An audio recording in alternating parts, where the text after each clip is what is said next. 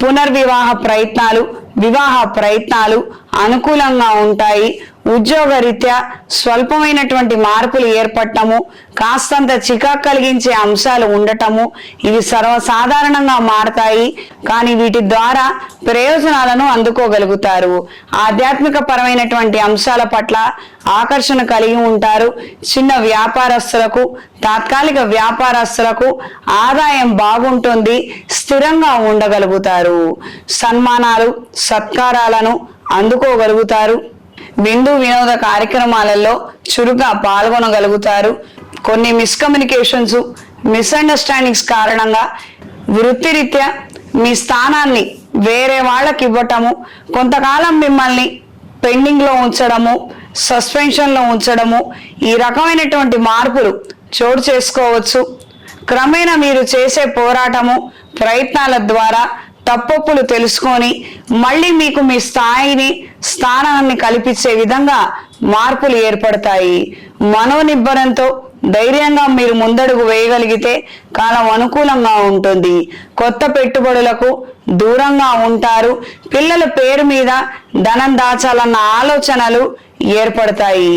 మీ పేరు కన్నా కూడా వాళ్ళ పేరు మీద దాస్తే బాగుంటుంది, కలిసి వస్తుంది అన్న ఆలోచనలే ఎక్కువగా ఉంటాయి. కొన్ని సందర్భాలలో జరిగిన కొన్ని సంఘటనల కారణం చేత భయాందోళన చెందే అవకాశం ఉంటుంది. ఈ వారం స్త్రీలకు కార్యాలయంలో ఒడిదుడుకులను ఎదుర్కొనే అవకాశం ఉంటుంది. వృత్తిరీత్యా ప్రెజరు, కాస్తంత ఒత్తిడి కలిగినటువంటి అంశాలే ఎక్కువగా ఏర్పడుతుంటాయి. తరచూ ఈ రకమైనటువంటి సమస్యలకు కొంతమంది వ్యక్తులే కారణం అన్న విషయాన్ని గ్రహించుకోగలుగుతారు. గృహ నిర్మాణ సంబంధమైన అంశాలలో స్వల్పమైన మార్పులు ఏర్పడతాయి. ఇంటీరియర్ డిజైనింగ్ కి సంబంధించినటువంటి అంశాలలో తరచూ మార్పులు తీసుకురావాలి. ఆ రకమైనటువంటి ఆలోచనలు ఏర్పడతాయి. ఒక్కొక్కళ్ళు రావటము, వాళ్ళ ఒపీనియన్స్ ని షేర్ చేసుకోవడము ఈ రకమైన పరిస్థితులు ఏర్పడతాయి.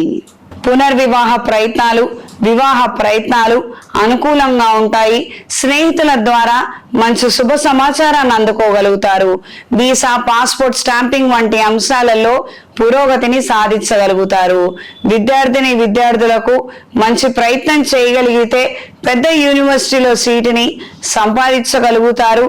అనుకున్న సబ్జెక్టుని ఎంపిక చేసుకోగలుగుతారు. మీకున్నటువంటి ఇంట్రెస్ట్ సమంజసమా కాదా, మీరు చేయగలుగుతారా లేదా అని మీకు డౌట్ ఉండకూడదు. ఇది గ్రహించండి. ఉదాహరణకి ఈ మధ్యకాలం పిల్లలు navy, air force, aeronautical engineer వివిధ రకాలైనటువంటి లేటెస్ట్ టెక్నాలజీ కావచ్చు, వాటి పట్ల ఆకర్షణ కలిగి ఉన్నారు, అభిష్టం కలిగి ఉన్నారు. మన కాన్ఫిడెన్స్ ఉండాలి.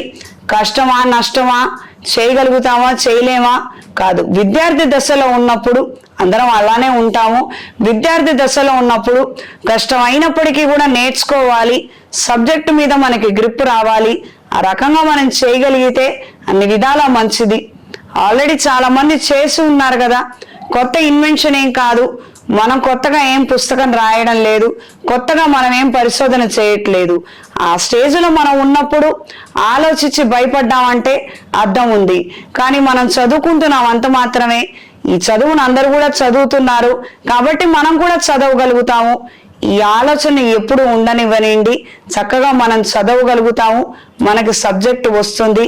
ఇది గ్రహించి మెలగండి. మార్కులు కంపారిజన్ చేసుకోమని చెప్పలేదు నేను ఇక్కడ. ఈ ముఖ్యమైన విషయాన్ని పెద్దలు, పిల్లలు గ్రహించండి. ఈ వారం కన్యా రాశి వారికి కలిసొచ్చే రంగు గోధుమ రంగు, కలిసొచ్చే దిక్కు తూర్పు, కలిసొచ్చే సంఖ్య 7. ప్రతిరోజు గణపతి స్వామి వారిని పూజించండి. ప్రథమ తాంబూలాన్ని స్వామివారికి సమర్పించండి.